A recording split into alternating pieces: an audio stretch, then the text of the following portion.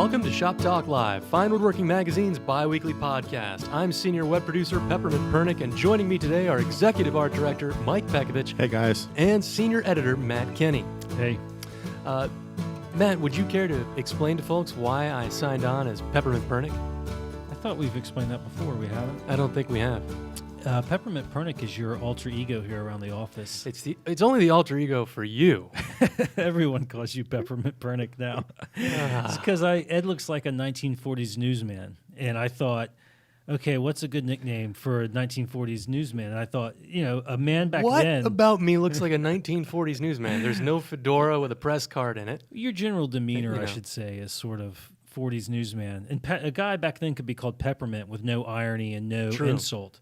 So see here, I'm Peppermint Pernick. All right, look, boys, this is how we're going to do things around here. Anyhow, look, I want to take a moment to talk about the show in terms of our audience. At this point, we're reaching many tens of thousands of people out there every week, and our numbers are continuing to grow. But I want them to grow even more. So remember, kids, to spread the love and let people know about our humble little podcast, drive by our iTunes page and leave a comment, maybe a nice 5-star rating. You know the drill. Of course, you can also find us at iHeartRadio, see? Yeah. Now you sound like James Cagney. No, what? like James Cagney, but more like was it not Kathleen Turner? Kathleen Hepburn. Katharine Hepburn? Katharine Hepburn. She kind of talked like that in those old movies. That's true. Anyhow, so yes, of course, you can also find us. You can find us on iTunes and iHeartRadio. You know the deal. I'm done. Off to a great start. Great start. Rolling start. But I would like to note, those are not jokes that a child would make. That's all I'm saying.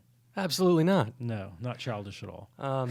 So to start things off today with a bit of a segue topic, I had received an email into the shoptalk@taunton.com inbox from a listener by the name of Tuck, who wrote, "Hi, Ed. Before you click the following link, my thoughts," and then there's a series of bullet points here. "I understand that it had to be done. I understand why it had to be done. I understand the buyer had it coming. Shame, shame, shame on the maker. It just hurts to see such beauty destroyed. Couldn't they have given them to churches, schools, shelters, anything?" So what I'm referring to is, and there's a blog post, a separate blog post at finewoodworking.com about this topic, and I think it's titled "Don't Mess with the Maker." Basically, in a nutshell, a Swedish furniture manufacturer, I believe it's PP Mobler, something like that. It's in the blog post. Got wind that a Norwegian restaurateur had commissioned 100 knockoffs of a Danish mid-century modern chair that was originally designed by Hans J. Wegner. Wegner originally dubbed this chair the round one. Some people call it the chair. And if you see the image in the blog post, you'll know this design. Interestingly enough, it was used on the set of the first debate between Nixon and Kennedy. So it's a pretty popular design. And the manufacturer, which still manufactures this chair, got wind that this restaurateur ordered 100 Chinese knockoffs and reported this to Norwegian customs officials, who promptly ordered the person who commissioned this work. Wait a minute. Were they Swedish or? It was I believe the chair manufacturer is in Sweden. I might be wrong. You can check the blog post, but I think it was Sweden. But it was a Norwegian. Yes, the Swedes got wind of this. The Swedes got wind of this, that their chair was being knocked off in China, and reported it to the Norwegian customs authorities because they were coming in from China. I don't know. It was some tip-off. Who knows? Anyhow. Where was the restaurant? Norway? Yes. Okay. So Norway forced the guy who paid for all these chairs to pay for their destruction. And there is a video in the blog post of a guy using a small front-end loader to just crush all 100 chairs one at a time. Clunk, clunk, clunk. And it hurts to watch, although I definitely have a certain amount of sympathy for the manufacturer. I mean, it is a chair that's still being produced and sold by a bona fide company, and it's their design. And we got to talking about this at lunch. And apparently you would most likely not see that happen in the United States. The design itself wouldn't necessarily be protected by trademark or copyright or anything of that sort.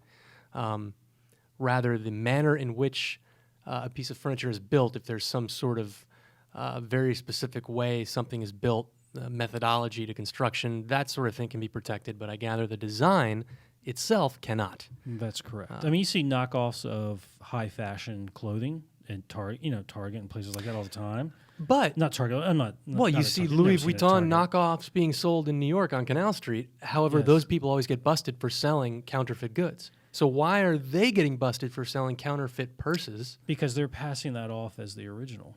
Mm-hmm. But if you go to You see Stickley style chairs in every Pottery Barn, Crate and Barrel, Yeah. JCPenney out there Are they strict reproductions? in the style. In the I would say. style, but it's not, I don't know. I would say as much in the style as this specific chair was to the original. The one that they were breaking up was kind of clunky. I mean, it was definitely some similarities to it, but it wasn't I'm sure it had exact. I wouldn't. screws fastening something. Yeah. it's interesting because wasn't there just recently a court case involving Marvin Gaye's family? Yes. They sued two contemporary musicians. I don't know who they were. I don't remember. Oh, for sampling or something? Was it Alan Thicke, and someone else? Alan Thicke of Growing Pains? His son is a musician. A Really? singer, yes. And they won the court case because the song, even though I don't think it sampled or stole anything directly, it was in the style of Marvin Gaye. Right. And so they lost this court case. Wait, who lost? The musicians, The current lost. musician. Yeah, the Marvin So Gaye's they had to family pay won. royalties to the Marvin Gaye family. Wait a minute, or but it was in the foundation or vein estate. of, it was not a strict... That's interesting. Yeah. But so that's interesting that music could be protected in that way, but I don't think furniture could be So, or fashion. Like We What- get letters okay, that's where I was going. fairly right? often to the magazine, someone writing in or calling in saying, hey, you ran an article on a piece of furniture. I would like to make it and sell it. Is that okay for me to sell this? And I think our kind of boilerplate answer to that is we'll give you the contact information for the author. If the author says, go for it, you're allowed to do that. And I think for most of our readers and such, if you're a one-off maker, I tend to think of woodworking at the single maker levels kind of like a local foods kind of a thing where, if you're going to buy local vegetables, you got to buy it from a farmer in your area. And same thing with the furniture maker. I think it makes sense to find a local maker that you can talk to, you can develop a relationship with, and have them make your piece of furniture, which means that if you're dealing with someone local, then I think it's a little bit more relaxed in terms of what they're going to make for you. Because it's sort of like, this is a guy who's going to make something for me. I want it to look like this. Fine, go ahead and make it. So I don't think for an individual maker, I don't think it's as big of an issue as it is at a industrial level where you're, talking about copyrighted designs or something like that. All right. Well, I say we start answering some questions. So, yes. first one for this week comes from Brad, who wrote and actually this is a two-part question. We got one question from Brad and another one from a fellow named James, and they're related, so we'll tackle them both at the same time. So here we go. In Mike's very nice chisel technique article in Fine Woodworking 249, he said that he sharpens to a primary bevel of 30 degrees with a 35-degree micro bevel. With the article's emphasis on light cuts, I expected a more paring-appropriate 20 to 30-degree primary bevel with a few degrees of micro bevel added on. What's Mike's angle on his angle? Yeah, I do advocate taking really thin cuts with a chisel, but this is a general use bench chisel, so I'm not taking a very, very fine paring cut that we think in strict terms, like when we think of a paring chisel with a very, very low angle on the bevel. I'm using this for all-around paring by hand to chopping, even though I'm taking thin cuts. So it's a general use, somewhat high abuse tool. I think 35 degrees, even paring by hand, if your chisel's really sharp, that's fine. You can pare all day long with that. If you want to, then maybe go ahead and get a dedicated paring chisel for, the odd thing where you need it. Matt, you've got some paring chisels, probably that are ground to a lower angle than what I'm doing. Yep. But I think 35 degrees is great. And if your chisels, mine aren't, but if you happen to have A2 chisels, the A2 tends to like a slightly steeper grind and honing angle. Yes. Whereas with a regular high carbon steel, you can get down to 25 degrees. I wouldn't go any lower than 30 degrees with an A2 chisel, and I recommend 35 degrees. On my bench chisels, which are Lee Nielsen bench chisels with A2 steel, I have them at a 30-degree primary bevel and a 32-degree secondary bevel. Okay. They pair great, as long as they're sharp. Right. All right. Well, to follow up, there's another similar related question about, again, Mike's chisel technique article in 249. Mike said that he happens to sharpen to a primary bevel of 30 degrees with a 35-degree micro bevel. Interesting.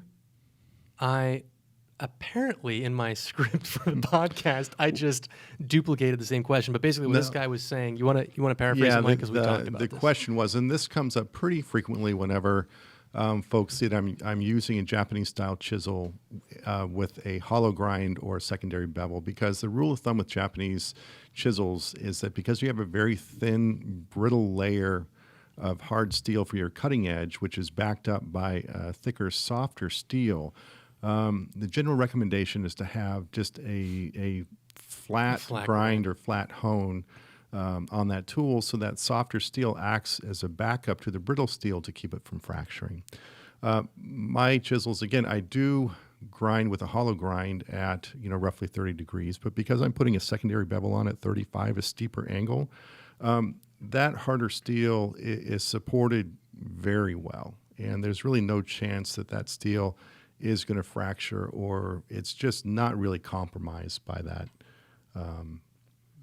just very shallow hollow grind, which is just a residue left over from that establishing that primary bevel. Well, also, you're doing your hollow grinds on a 10-inch wheel, right? Yes. So that makes the hollow even less significant than if, say, it was an 8-inch wheel. Yes. Yeah. So don't worry about it. Do it. If you want to go ahead and remove all that steel and polish that entire flat, that's fine. That softer steel does make it a little bit easier. I choose to just basically treat my chisels all the same, whether they're Western or Japanese. I've never had a problem with the edges fracturing. I will point out, Mike, that you live fairly close to Toshio Adate. Yes, I do. He's the next town over. And he is going to come over shortly and beat you for doing this to Beat your you chisels. about the face? Beat you about the face and neck until you sharpen your chisels correctly. In fact, Mike, we actually have Toshio Is he Odate on here? line 3. We've brought him into the office today. All right. So listen, let's move on to the next question. It came from Marsh, and an episode or two ago, Marsh had written about doing some veneer, and he had built a piece of furniture that included some veneers that were glued onto a Baltic birch base, and they were like 3/8 of an inch thick, these veneers. And we had They weren't commented, really veneers. right. So we had commented that, Marsh, you might get into trouble with some seasonal wood movement when that veneer starts to move. You really want to go a lot thinner. So Marsh kind of followed up with another question. He's basically saying, look, why doesn't thin veneer expand just like thick veneer? And is using thin veneer the solution to a successful glued down top? And how thin is thin enough? So why doesn't thin veneer expand just like thick veneer? There's a lot fewer little capillary cavities in that thin veneer to absorb water. Also, March was saying he hasn't had any problems with this table. He yet. hasn't he yet. said you could Hasn't feel the joints. The joints are starting to raise up a little. Yeah, I paraphrased his question. I didn't read all Right. of it. But actually, that could be from if he edge jointed it, glued it all together, edge joint it, and while the glue was still wet, if he hand planed and sanded it, and then never mind, that would be the opposite thing. The joints would dip down later. It's also possible that you maybe might not get buckling. That whole panel could just expand. I forget, was this panel captured in a frame or something? I don't have remember. those details. Well, Marsh, congratulations. I'm glad things are holding together right now. Maybe get a few more heating and cooling seasons. Let us know how that's working. To your question about how thin a veneer has to be. Matt, you were just saying for shop saw veneers like 30 seconds or so. Yeah, shop sawn veneer, I would normally, the thickest I would go is 1/8 of an inch. Okay. But normally what I do is I saw it at 1/8 of an inch. And then by the time I get done cleaning it up and everything, it's down to 3/30 seconds or a little bit under that. That's less than 1/8 of an inch. What's right? your Yes. cleanup procedure? You're sawing it to 1/8, and then what are you doing with it? Well, it depends. If it's a lot of stuff, say like a bunch of narrow strips to create the back panel for a cabinet, I'll bring them in here to the shop and use the drum sander. Mm-hmm. If I'm at home, and what I often do is, I'll do a slip match, so all the grain is running in the same direction, and if you joint in between each cut, then you can glue down a jointed face on all pieces, and then the rough face will be facing up. Yeah. And on like a cabinet back, let's say I'm doing it 3/8 of an inch thick, so I would have a 1/4 inch piece of plywood and then 2 veneers. I'll just run that through the planer and plane That's it down. what I usually do, yeah.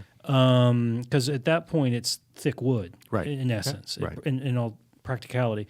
So, but you can also hand plane it down. You could scrape it down. You could. I would hand plane it, and if you're going to hand plane it, cut it long and clamp it down to your bench from the back, and then plane away from that. Because planing it away from the clamp, it'll stay flat. But if you try to plane Right. towards a stop or It'll something, buckle up. it'll buckle up.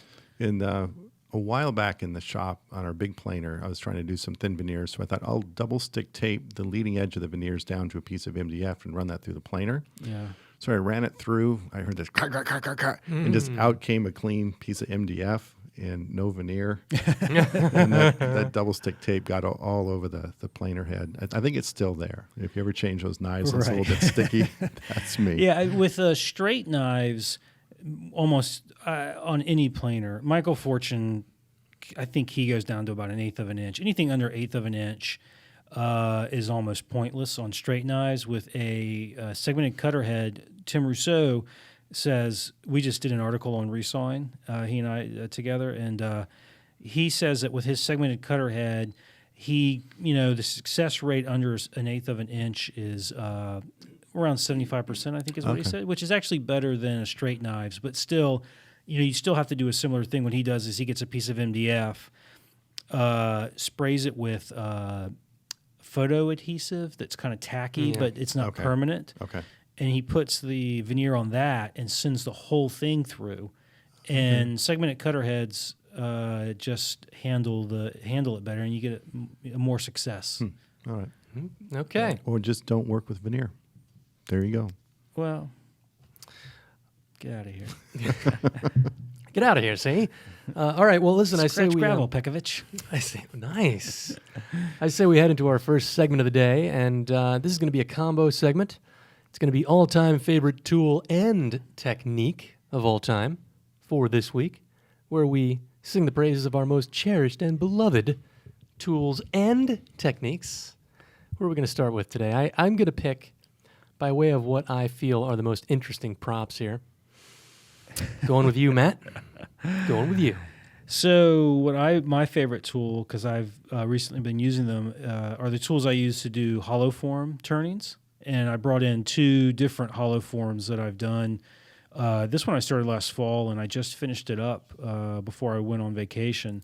So that was the first one I ever turned. So this is a vessel that starts out, the base of the vessel is maybe, 2.5 inches in diameter, and then it flares out very rapidly to a maximum diameter of 6 inches or so?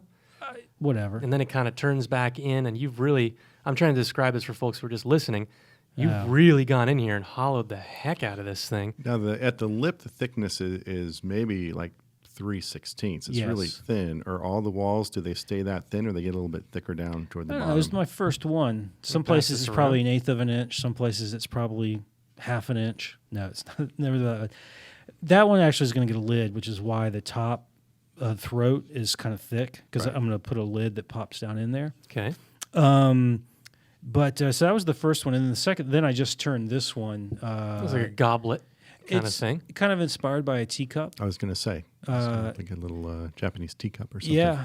Now there's a little. It looks like an apple on the outside with the greenish milk paint. Mm-hmm. It's got a very apple-y look to it. Is that's not milk painted on the inside? No. Too? What is that, maple? That's maple. That's nice. Yeah, it looks cool, doesn't it? Are you going to put a lid on there? I see that little lip on the inside. Yeah, this is for this is going to be a box. One of my 52 boxes. That's not a box. Yes, That's a bowl. If it has a lid and you can put stuff in it, it's a box. Well, then my washing machine Well, is a box. is that why they call it a sugar bowl, Matt? Do y'all want to touch that? It's very pretty. I like that, actually. Yeah, I'm not going to let you touch it, Pekovich. Can I touch it? So anyways, what I brought in were the tools I use to do this because they're cool. Yeah. It's actually, I mean, turners it's not a big deal to turners, but... Yeah, these were they were originally used back in These Roman times as torture devices. These are actually dental tools. Dental tools for horses. Yeah. But it's, there's just this, there's a big handle, which is one of the problems with hollow turning is that you start to get this... Very big, very heavy handle. The tool gets cantilevered out over the rest, and the end grain will catch it and pull it down. You'll get chatter and all kinds of stuff. And so to counterbalance that, you have a really heavy handle. And then you have really monstrous tooling. So this is actually a set of 3 for hollow turning. These look like basically like long pieces of iron that stick out of the tool. You can replace them in the handle. They're interchangeable, and they've got hooks on the end, sort of. Well, it's all pretty much the same tool, but they have different angles for different types of hollow form turning. So like this is pretty much straight, and I could do this entire vessel. Feel the end of this thing with that, because I don't know much about and then hollow vessels. So you're actually cutting on the side of the hook, not with the pointy point of the hook. No, you're cutting with the pointy But point. as opposed, the other way. Because it almost looked like, that little tip was the cutter, but it's not. So you're sort of on the side of the curve. You can, cut with sort of this whole area here. Yeah. And then the more hook it has, the more you can get into the side. You can do go under, so when it comes back over like this, you can get in there and do that. Cool. And you can also get further out, like a more into that curve out here. All right, 2 questions. Yes. If I wanted to turn a cool looking bowl like that, do I need these tools? This you could actually turn. I mean, you definitely want some type of in-grain This cutting is the little tool. goblet or simple bowl. Yeah, this would be a wide mouth hollow form. Right. You could turn this with I have what's called a box scraper, and you could turn this with a box scraper because it's so gentle. So your other one where you have a small opening and you need to reach down inside, you like the curve guy. What is this set going to set me back? I don't remember. I mean, I already had the handle because the same company makes a box scraper that I bought. It's a company called Kelton, which I bought. I bought it through Lee Valley, but it's I think that's from New Zealand. And probably the 3 of these tools together is probably about $90. Oh, the that's not too handle is probably another $30 or $40. Okay. So you only need one handle, and you can just switch out the tools. And they're kind of cool because if I remember correctly, he says never put these on a grinder. Really? That he has a certain metal compound or whatever set up in there that all you really have to do is kind of hone the top of the cutter there. Huh. And you never with. I use a little diamond file. Okay. And they're fantastic. It's a little tricky to learn how to use them because you actually use them slightly rotated. Okay.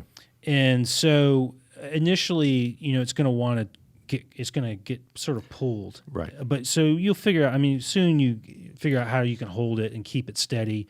And this is not a tool that's going to be prone to catching. Correct. That's the thing. The beauty of it. You can't use I've seen people use a bowl gouge or something, but I've tried to do that, and I'm lucky to be alive. It's I think Richard Raff in one of his books, he shows you how to do it with some kind of gouge. Right. And I tried it, and it was just I was like, I can't, because they catch on the end. Terrifying. Yeah. And I'm like, you can do that. I'm not Richard Raffin, though. So these tools make it really simple, just like a box scraper does. It's the same. These are basically scrapers, which are, work very, they little safer, more predictable. Yes. Right. Yeah. And there's more expensive setups for bigger hollow form turnings, but for the stuff that I do, these things are awesome. Cool. I like it a lot. Cool. Well, Mike, yes. You have beside you a box of air. Tell us about it. I have actually. I do have a collection of tools, but they really sort of go together to allow me to use a newfound technique for more accurate layout of joinery and such. Basically, all I have is a steel rule, a couple spring clamps, and a combination square. Okay. I'm getting set up to teach a class next week on making a dresser. And the dresser has tons and tons of mortises and tenons throughout everything. It's a 7-drawer dresser. And so I'm putting together some story sticks to help folks lay out the joinery in a consistent manner. And I wanted to figure out a way to really precisely lay out the joinery on these story sticks. And normally, as I'm laying out a lot of measurements on a long board, I'll pull out my tape measure, I'll hook it on one end, sort of hold it with my opposite hand, lean it so the edge of the blade is sort of flush with the worktop, but not so much that the hook comes off the other end, and get out my pencil and sort of make a tick mark every place I need to, put that down, get out my combination square and make my marks at those marks. Got it. I'm not really happy with that. And in this particular case where I wanted things to be precise as possible, I took a few extra minutes to come up with a technique that allows me to make those layout marks along a long length of a board, whether it's mortises along a long drawer stretcher, whether it's dados along a bookcase side. This thing will work for anything. So what I ended up doing is I have a 2-foot Starrett rule that goes with my combination square. I typically don't use it, but I went ahead and I spring clamped my rule to my piece of MDF, my storyboard, and aligned it with one edge. And for the folks in our viewing audience, what I am holding up is a piece of 1/4-inch MDF. I have a pair of spring clamps, and I have just a 12-inch rule clipped in place along one edge, about 1.5 inches away from the leading edge. And The MDF represents your workpiece. yeah, so that's my workpiece. And then I can set a combination square up so the end of the combination square butts against my rule. And from there, I can just slide my combination square along the rule exactly where I want it, sharpen up my pencil with a piece of sandpaper to give myself a nice knife edge, and I have a really, really accurate method for laying out a series of lines along the length of a board, never having to move that initial rule, and it's just dead on. That's pretty cool. And the only thing that makes me mad is that I've been figuring out how to lay out accurately for a really long time, and I just came across this, and it's stupid because I should have been using It's this dead forever. simple. Yeah, really, really cool. That's cool. It is fantastic. I could possibly solve that for you a little more easily, that problem. As long as you don't mention a stupid flat rule tape measure. Oh, see, you guys, everyone in this office is so biased against the flat back I'm tape. not biased against I had it. one. I've tried it. It broke after and a it week. sucks. No, so it I don't doesn't. use it. I'll tell you why. Why? Uh-oh. Okay, the problem with the regular tape measure is that little scoopy to it, Yes. right? That scoop is what gives the tape measure its rigidity, and it keeps the hook flush against the edge. Without that scoop there, on the flat rules that tape measures I've used, because there's no rigidity to the rule itself, as it pulls, it wants to deform up, and the hook deforms and comes up and comes away from the edge. I don't have that problem with mine. So, Mine does not have that problem. What But- you do, the way you solve okay, that but problem. you still have the problem if you're holding the tape with one end, you've got this guy. You can't do this thing with a little combo square right up against it. Try this. Try this. So I like the way it. to It's use elegant. a flat tape is that, let's say if I have a cabinet side, Yes. right, 24 inches long or whatever, or 3 feet long, whatever. Put the hook on, hold it, stretch it out, right? Yes. What I do is when it gets to the other end, lock it so that the Yes. body of the tape is just hanging off the end there a little bit. Yes. And then you've got, for me, nice, taut, and flat along the length of the cabinet side. And then I can just go in there and tick, tick, tick, tick, tick. Try this. You'll like this. I will never try this, Mark. I will never try that. Mark, I will die. In before I fact, it try makes that. me want to go track down like a 3-foot rule. Because with a 3-foot rule, Dude. that's almost everything. Let me tell you something. I have a 2-foot Starrett. I got it used at Brass City Record and Tool from Walt Yes. over in Waterbury, who sadly Walt has died. I don't know if I ever told you guys that. But No, you didn't. I'm sorry to hear that. Yeah, it's sad. I've been looking for a 3-foot ruler. Okay, so a Starrett 3-foot rule. Just take a guess, ballpark. How much you think a new one costs? $130. No, well, I know how much You're my, you're not in the ballpark yet, but you're Really? in the parking lot. Wow. but I don't. This is the thing is I don't need a Starrett combination square rule. I just need a Yeah. 3-foot rule. Yes. Yes, you could use a cheesy, crappy one. Like Veritas, they sell rules of various lengths. Woodcraft does, right? Yeah. Well, but like a nice I stare. can use like a wooden yardstick. You could, Yes. because ultimately we talked about this before. Ultimately, the measurements really don't matter. Yes. Yeah. I think it's close to over $200 for a 3-foot stare. That doesn't surprise me. Yeah. All right. Give that a try, Matt. But that, with your little 12-inch rule there, for all my little baby furniture, it'd work fine for all my baby furniture. So a while back, to augment, I have an Old Bailey smoother that's tuned up, works beautifully. Loved it for a long time. Works great. I don't believe that at all. And what do you mean? No, I don't believe that you tuned up a Stanley to work well. It works fine. But I wanted something to do end grain with on a shooting board, so I wanted something with a low angle. So after one of our tool reviews, I went and bought a Lee Nielsen low angle bevel up smoother.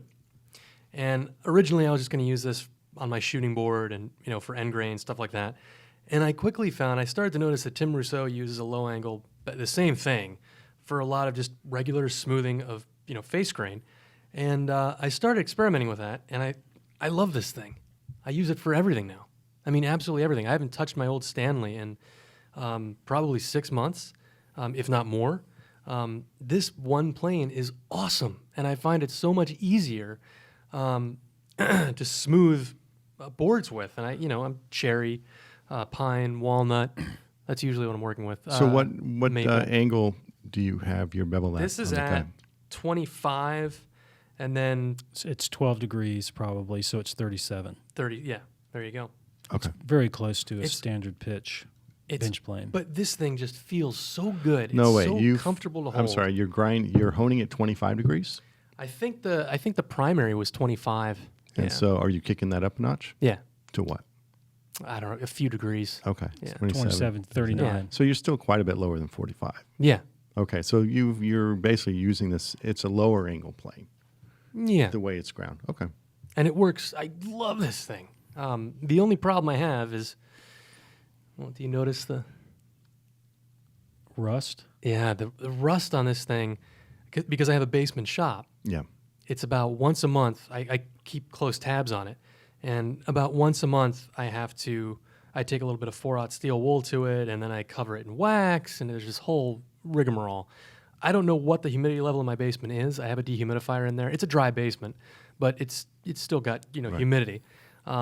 But that's the only problem I have, and I don't know if I should start putting silica gel or something in my drawers. Do you have drawers? I do. You could do silica gels, or you could get those. What are they? Those rods they make to put inside gun cabinets, and Lee Valley sells them like golden rods or This sounds familiar. goldenberry, This sounds sounds Buttercup. familiar. goldberry. The only problem I ever ran into, She and married Tom Bombadil. I guess this goes with all planes that have an adjustable mouth, is Yes. I quickly found when I first got this thing, I suspect that I was really bearing down Oh, okay. and really tightening the hell Oh, that's right. You broke it. out of this screw, and so it's stripped. And if I recall correctly, because this is a while ago, I've had this plane for a few years now, but if I recall correctly, all I did was epoxy the threads back in to the knob. And now it works fine, and I'm just very careful to, when I make an adjustment, I loosen the knob, I make my adjustment for my throat, and it's just, middle finger and thumb. You stopped Tighten using it the a little monkey bit, and wrench that's to it. tighten it down. That's right. I So stopped using the the- strap wrench. The Lee Nielsen does not have lateral adjust. Correct. So This does not, no. How do you go So about doing that? I just loosened the screw over the cap, and Yep. then I just You just- move it with my just fingers kind of- until I'm about even, and then I rub a couple fingers on either side of the blade of the Yeah. iron, and then I try, I try to only loosen this screw enough so that I really kind of have to use some Yeah. force to move it. Once I feel the same protrusion of the blade with my fingers, then I kind of go back and gently tighten it just a bit, and that usually works. But I do once in a while. I'll get track marks on one side or the other, even if I put a bit of a camber, Yep. and I suspect that's because it's a little off. You know what you need? What's that? You need a little brass plane hammer. Tap, tap, tap. Oh yeah, right, and just Yeah.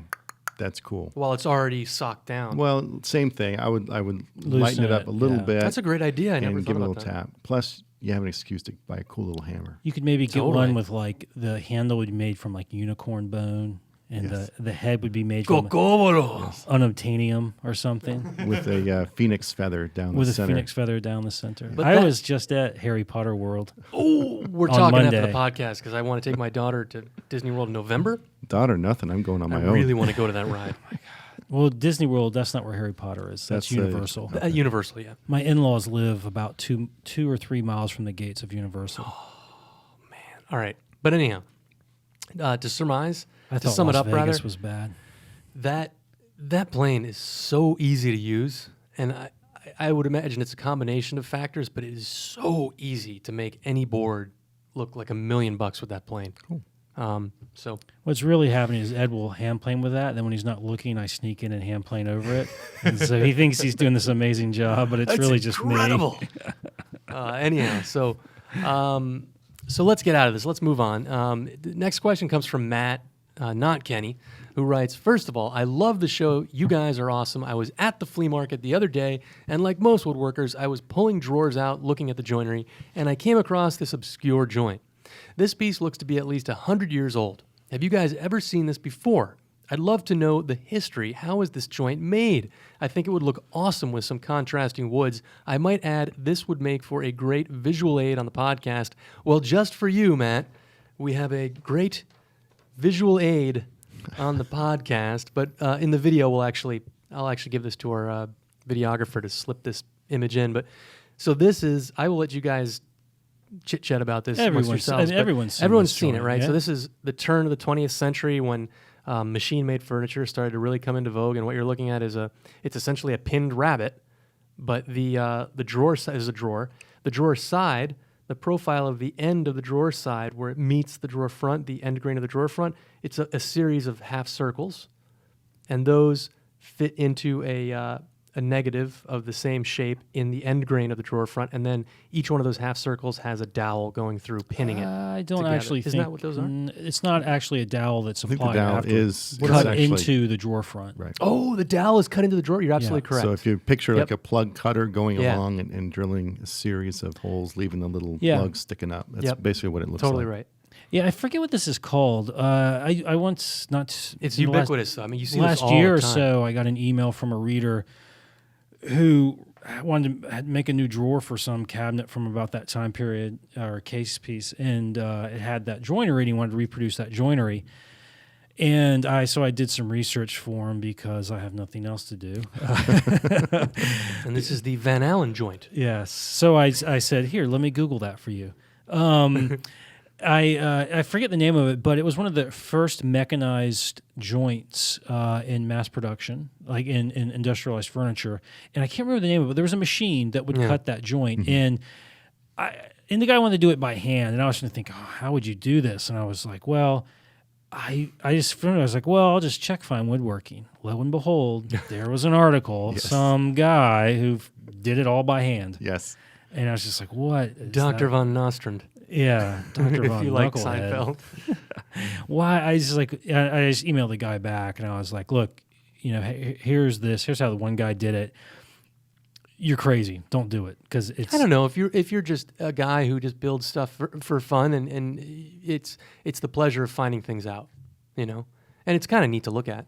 It's a neat little joint to look at if you were able to execute it yourself just for fun. It's a pretty know? joint, and actually that comes up quite a bit, for friends and family and stuff who come across an antique. Hey, have you ever seen that? What's that? Yeah. And I think because it is a mechanized joint, it just doesn't have that same cachet for woodworkers. Like, yeah, you can really figure out how to do that by hand. It's going to take you a long time, but then you're investing a ton of handwork in order to mimic something that was done really quickly by a machine. And by handwork, we don't actually mean just with unpowered hand tools. We mean just with any power tools. By you doing it with hand, with drill press, router, or whatever. Sure, yeah. You could. I mean, just with only hand tools. I mean, forget about it. Right. Well, that's the kind of thing when someone shows you and say, "Hey, can you fix this?" You say, "No, I cannot fix that. Get that out of my shop." All right. Because the article the guy wrote, it was crazy. It was like all the stuff he had jigged up and everything. Yes. I was like, Well, there you go, Matt. So let's move on to the next question from Michael, who writes, a few years ago, I built my first workbench, an 8-foot Roubo with a wooden screw leg and wagon vise. Since then, I've had the itch to build another workbench, one that more adequately fits my day-to-day needs in the shop. I wonder why. Now, I know what you're thinking. No, you don't, Michael. Why would you need to build another bench when you just built a Roubo? He did know what you were thinking. That's Well, uncanny. I built my bench of Doug fir and have found that species hasn't been ideal for me as a workbench top. Also, I've never been happy with the performance of the wood screw vices I installed, so I've decided, let me turn the page of my script, I've decided on building Lon Schleining's Essential Workbench out of hard maple and was hoping to get some vice recommendations from you. I like the idea of the Veritas twin screw vise as my wagon vise, or we were talking about he probably meant the end end vise. vise. Advice, yeah. But would love your input on a good quality face vise. I know Matt uses the twin screw as his face vise. In that case, which vise would you use in the wagon position, in the end position? So there you go. And I thought this was a pretty cut and dry answer that the three of us agreed upon over lunch this afternoon. Gentlemen? Well, Matt and I, we stuck a Lee Nielsen twin screw on the face of the bench. We were just building together. Yep. Soon to be a Works video great. workshop. An article. I like that, and I have a little bench in my shop, and I was thinking about getting the Lee Nielsen vise 12-inch between screws as opposed to the 18. And we didn't end up going with an end vise on our bench because we decided that we don't ever really use one. And actually, the real reason was we didn't want to go through the effort of installing one on this bench. No, but the end vise we were going to put on it was a bench-crafted wagon vise, which Yeah. is basically it's just a moving dog. So you're not sacrificing any of your bench top. You don't worry about that whole tail vise sagging and not being flush with the top. I have a cast iron vise on the end of my vise. I use it maybe twice a year. When I need it, it comes in handy. Yeah, if all you're looking for is a moving dog Right. in a tail vise, then what you really want, this guy wants to do is put his twin screw vise on the front and use, because that's where it'd be most useful. I think so. And then if you've got the money and you want to spend it, get a bench crafted wagon vise, because that's just a sliding dog, more or less. And if you don't want to spend that kind of money, just get a cast iron vise and put it on the end. Right. And actually, even more than the money with the bench crafted is you sort of have to laminate up the top to accommodate this. Right. It's a Whereas lot more work. I think Veritas, don't they have more of a clamp-on style moving dog? Yeah, they do. And they have a shoulder vise that involves a lot, an end vise Yes. that, or tail vise rather, that involves a lot less work to install. Yes. So that would be another option, their tail vise. But also, there's something else I'd like to comment on. Sure, go ahead. Hold on, let me get my snark ear mufflers on. There we It's go. not going to be snarky. I'm just going to point out to everyone. Yeah? That, most people probably already know this, though. Oh, I think I alluded to this with my inflection while reading the question, but go ahead. Yeah, your first bench, before you really start doing any real woodworking, or you haven't been doing it for very long. Oh, we don't know where he's at in that. No, but if before you commit to making an expensive bench, Yeah. No, this was his first bench. it was You're his right. first bench. Before you commit to making an expensive bench with expensive hardware, etc., you should make a inexpensive bench with inexpensive hardware, probably, Right. and use it and build a lot of stuff on it. Because what you'll figure out is, what do I like to build? What does that mean for me in terms of holding work pieces? Right. Tabletop capacity. Tabletop capacity. It'll help you figure out exactly what you need in a bench. And then when you finally make your nice bench, it'll be the bench that you need. So I would never, as a first bench, you want to go as generic as possible and as probably as traditional as possible. I mean, I would say you're safe. If you want to make a first bench, just make a basic bench and put a twin screw vise on the front. Your twin screw vise you can use forever, and the basic bench will be basic enough that you'll be able to do anything on it. And if you make something really peculiar, you'll in some ways hamstring yourself. Yeah, I would even back up from there and just say just a off-the-shelf cast iron vise is just fine too. I know you like working with twin screws. I've worked with a cast iron vise pretty much my whole career, and I get around it. I would love. My next vice is going to be a twin screw, but a cast iron is fine. I think, and this is one of those pieces of advice we pass along almost as often as saying that you need to be really, really sharp. And that I think your first bench, as a rule of thumb, it shouldn't take more than a weekend to make. Yeah. Spend a weekend, make a bench, and then get woodworking. Yes. And then when you know what you want, then you can spend a couple weeks or a couple months on that really nice bench. Yeah, it's way more important to make furniture than it is to make a bench. Yeah. A really cool starter bench. It's just, I don't think it's out yet, or it's just on the newsstands or to subscribers. Now, Kelly Dunton did an article where he built an outfeed table in the style of a workbench. So it's got a cast iron vise. It works as an outfeed table, which is great in a small shop.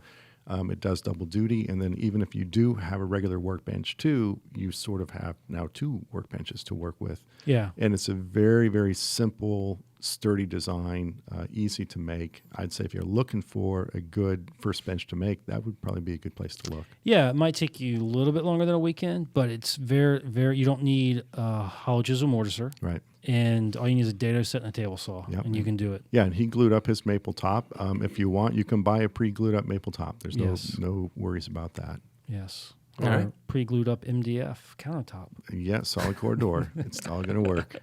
Let's move on to our second segment of the week, and that's going to be Smooth Moves, Yeah. where we cop to our most boneheaded moves in the workshop. I don't know if you guys were able to come up with any. You may have been too sharp to come up with a smooth move. For You this have week, one, but though, I I'm have sure. one. I have one. Yes. I'm sure. I do. So I, in the continuing saga of rehabbing this little in-law apartment on our property, I had built the vanity, which was actually built as a prop for a video that Asa did on, pocket screw joinery. I installed that. Everything's done. Now I needed to make a mirror for above the vanity. Okay. So You had previous smooth moves in conjunction with this vanity. I'm sure I had a smooth move in conjunction with the vanity, yeah. But it looks great Yes. now. I'm happy with it. But You're talking about the vanity, the one you made as the hinge prop for that video we shot? no.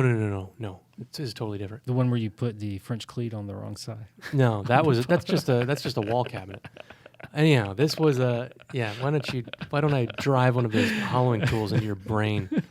So it was just a simple mirror frame. So I did it sort of arts and craftsy. It's got, imagine, the 2 vertical sides of a frame, right?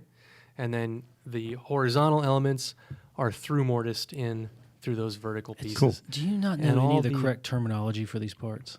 What's that? What, rails and stiles? This is a mirror frame. So It's not a door. frame's a frame. All right, go ahead. Whatever. Continuing. So the ends of all these elements, of all the corners, I chamfered all 4 edges, right? And then after it was chamfered, I kind of flattened the very end of the end grain a bit, sanded them all nice and smooth. And then I went to put finish on, and I noticed that the end of each board, there was still my pencil mark of what I wanted, because to do the chamfer, I hand planed, right? So I made a line, a reference line to where I wanted to end my planing. And I left all those. I forgot to go back with my plane and just take a shaving off of the very end of each board. And so I already had the finish out, and I'm already here. Screw it.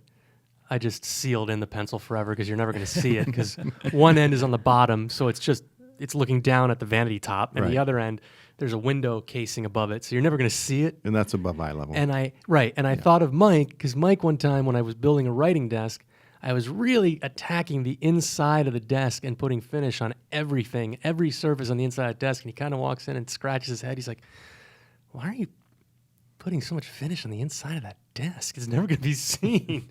So I kind of heard that in my brain. I was like, yeah, nobody's ever going to see this. It will never be seen. It cannot be seen. So it wasn't that bad. But No, the important thing is they're there. that's the That's problem. right. That's exactly the problem. And we will remind you that they are there. When you come to my house for some party or something, I know exactly not the room not to show you. I'll say, "Hey, Ed's wife, did you see these Did you pencil see marks this? on the mirror? This guy's a hack. They look terrible. Where'd you buy this? At IKEA?" So anyhow, that's my smooth move. I can top that. Really? I bet you I can top everybody's Because smooth leaving move this week. pencil marks is pretty embarrassing. This is really bad. So I feel like we've talked about this, but maybe it was just not on the podcast. So Dylan Ryan and I, who's another editor here, we were doing the photography for an article that I've written, and it's making a Chicker infield cupboard. Yes.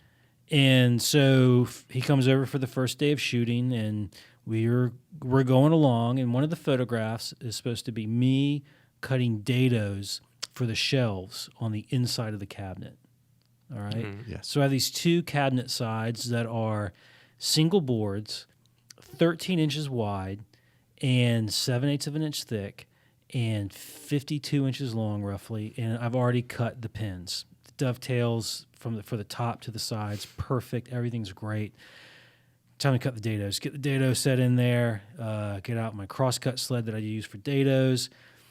And then something that I would normally do at this point in time is take some painter's tape, a big hunk of blue painter's tape, and put it on the outside of each side, cabinet side. Right. Because then I know that that's got to be facing up. Right. Uh-oh.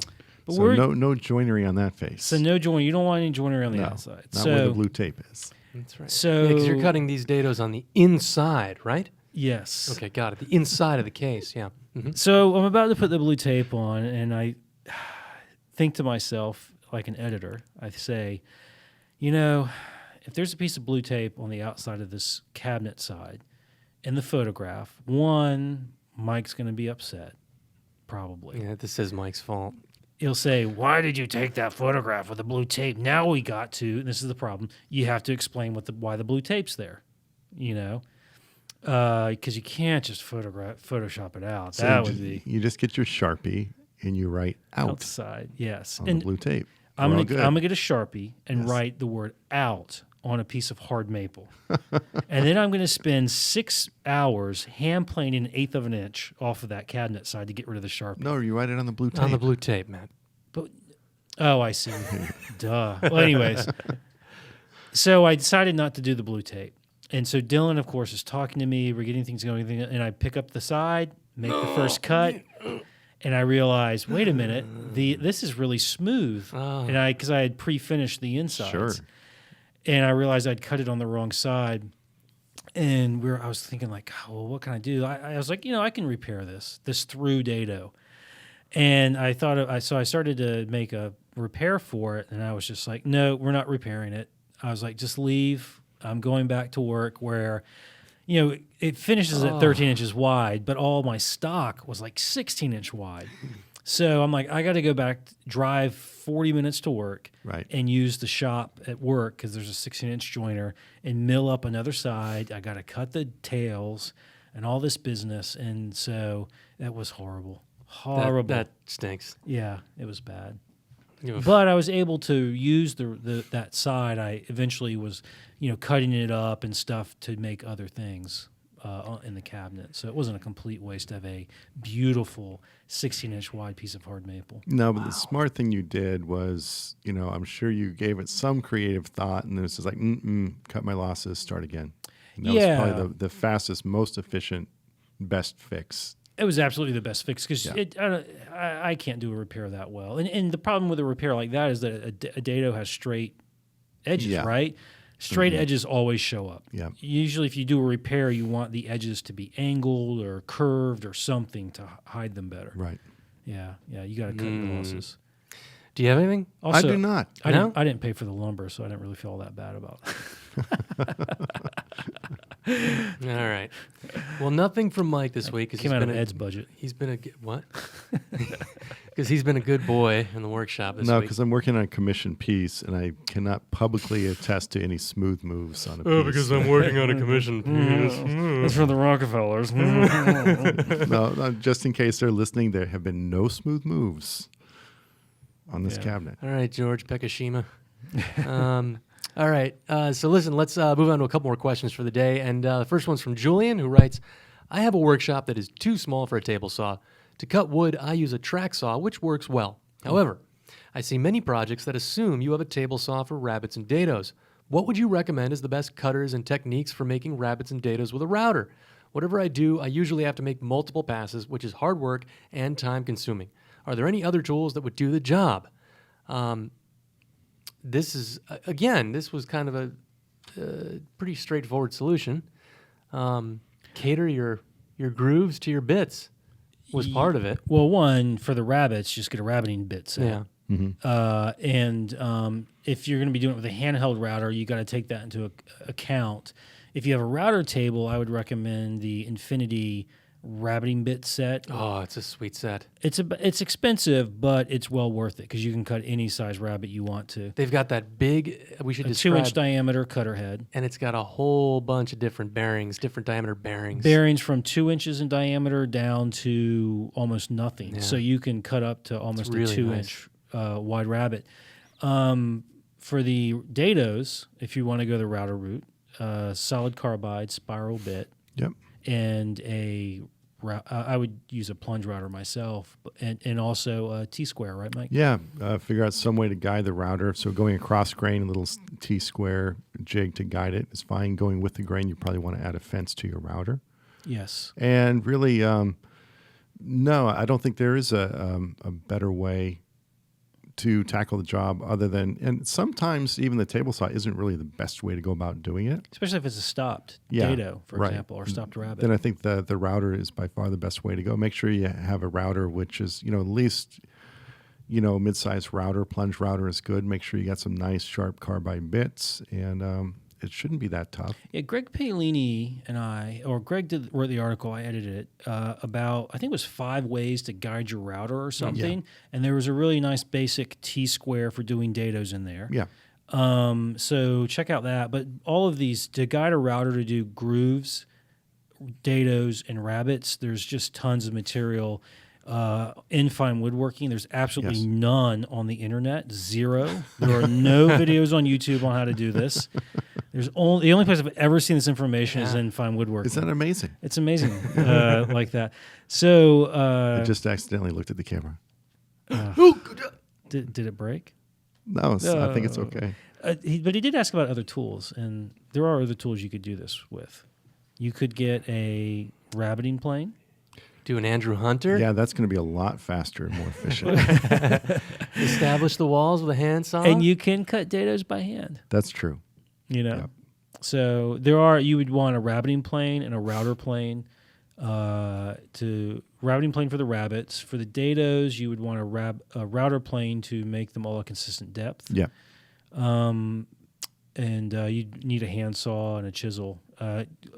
Our friend Vic Teslin from Canada just did a handwork showing you how to cut a dado by hand. Yes. This is reminding me, you're talking about router planes. There's a hardware store that I frequent on my way home from work. It's Stepney Hardware, and not a paid sponsor. Anyhow, when you go into this hardware store, it's like a local small town hardware store. They've got the walls are covered with old tools. I don't know if you've noticed that. Yes, I have. And there's a nice looking old Stanley router plane up on the wall, and among other really cool tools, they have a nice old sort of foot treadle driven lathe in there that's beautiful. Right. And I go in there and I always think, like, God, it's such a waste that these beautiful just sitting tools there, are just gathering Right. dust on a Right. wall. And I keep wanting to make the guy an offer, at least on the router plane. Like, I'll give you $30 for Yeah, that. it's like, do you know these tools are still usable? You Yeah, can man, make and they're stuff with them. pretty and they're Yeah. well made, and especially that lathe, it's beautiful. I mean, I realize it's just a foot treadle, but for somebody who's just doing an occasional, I wonder, you're just doing an occasional spindle or something, it'd be kind of fun. So speaking of a paid advertiser, no Minwax ad this time. No, Minwax ran their course. We do have another potential sponsor coming up soon, but They got angry because Mike was always talking about water locks. oh yeah, I got some nasty letters from Minwax corporate about that. But we're getting way off track. But Yeah. one of the points we were going to make to this guy, whose name I forget now, It's Julian, is that when you're doing your dados, to make it simplify it, always make your dados as wide as the bit's diameter. So you can always single pass. You can always design your shelves or what have you so that a single pass of a dado of a bit cuts the dado. And most dados I cut, the deepest I would ever cut a dado for a shelf or a drawer divider or something like that is probably a quarter inch. So that's a single depth cut single too. depth cut too. It's just Right. one pass with the bit. Yeah, and a lot of times we make the mistake of trying to match the width of the dado to the width of the stock. And it's Never much do that, easier to yeah. go narrower with the dado and then just rabbet your shelf or whatever to fit. And you've got a rabbiting bit. And there you go. Yes. So All right. Hey, last question of the day, guys. It comes from Alec, who writes, I had a question about stopped...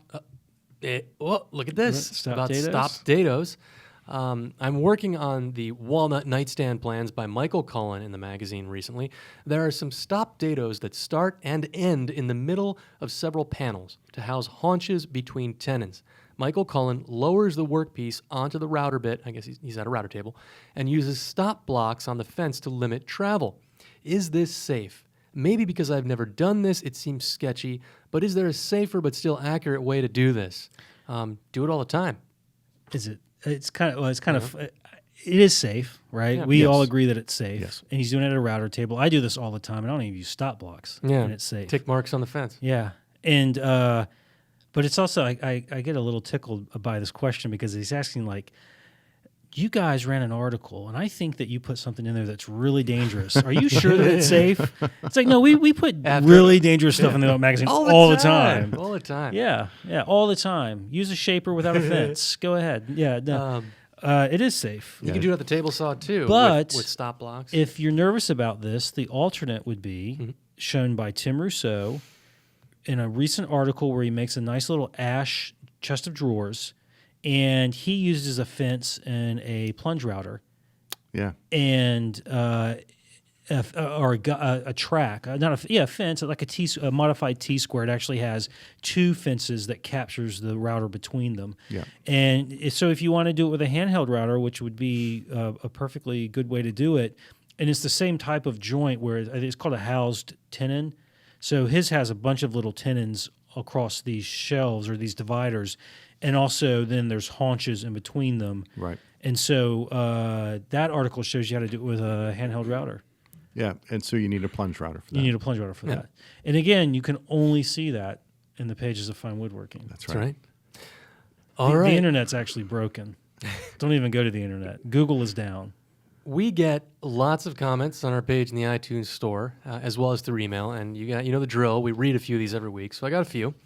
So here comes the first one. It's from Selithard, who writes, "Fantastic Make show. it sell it hard. Sell it hard. Sell it hard. What a goofball.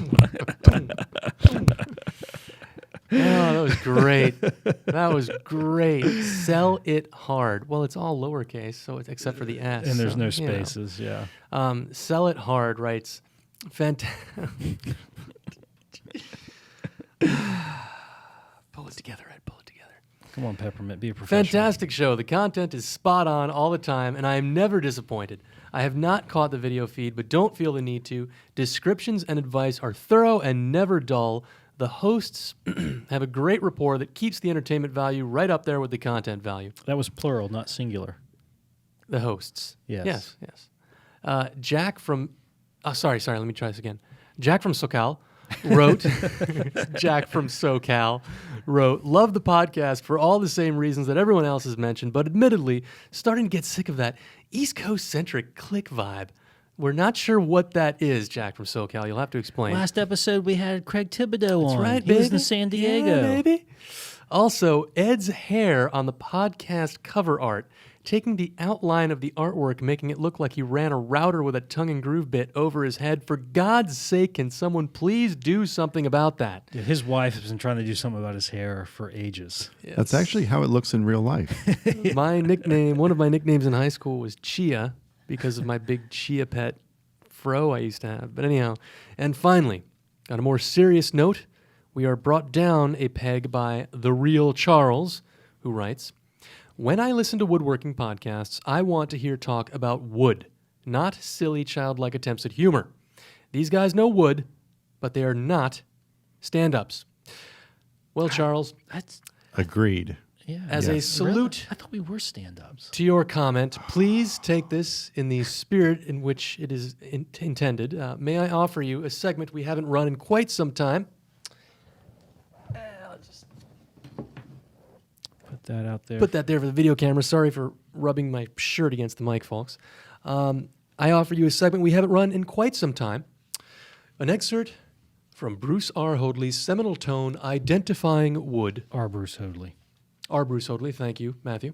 From the section entitled Microscopic Detail, Chapter 4, page 44, right-hand column. Viewed microscopically, rays have several important identification characteristics.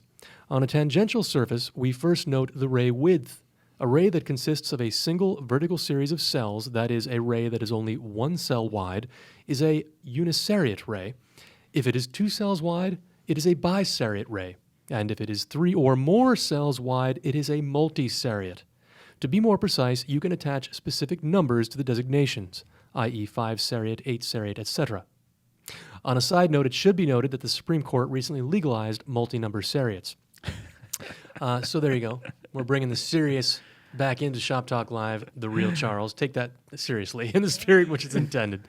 We're having a little fun. Anyhow, that about wraps it up this week for Shop Talk Live. We'll be back again in 2 weeks on August 28th, 2015 for our next episode. In the meantime, come on, people. Show us a little love by stopping by the iTunes page. Leave us a comment, maybe a 5-star rating if you wish. Don't forget to send your questions and comments into shoptalk@taunton.com, TAUNTON.com. You can catch the podcast via iTunes, stream it on your computer at shoptalklive.com, or catch us on iHeartRadio. Cheers, everybody.